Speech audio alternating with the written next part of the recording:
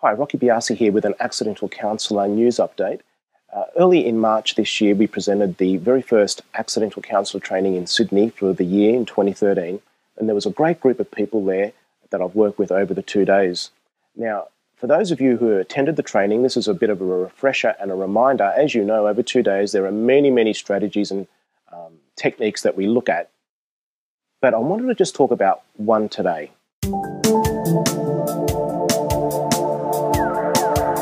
The technique and the strategy I'm referring to, we called in the training negative thought, positive behaviour. The aim of this strategy is to interrupt the negative thinking pattern.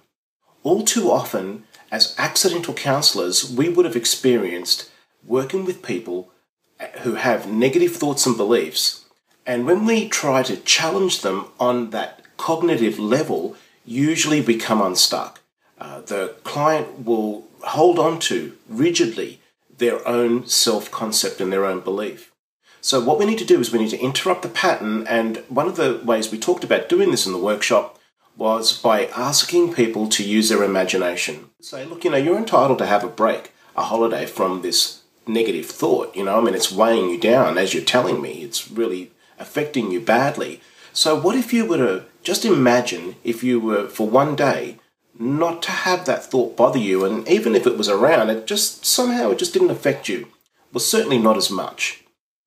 How would you be different for one day, going to school, going to your workplace, being in your home, in your family, if that negative thought and negative belief wasn't around? Now, I've even had students in Year 7 who answer this question beautifully. They'll say, well, if I wasn't bothered by that thought, I'd be happier, I'd be more confident. And depending on what the context was, the point is that the client starts outlining the positive behaviour. In the solution-focused brief therapy model that we speak about, we say that constructing a vision of a solution acts as a catalyst for bringing it about. So when we're working with our clients, we need to pivot from the problem statement or the presenting problem to looking at how they would like things to be.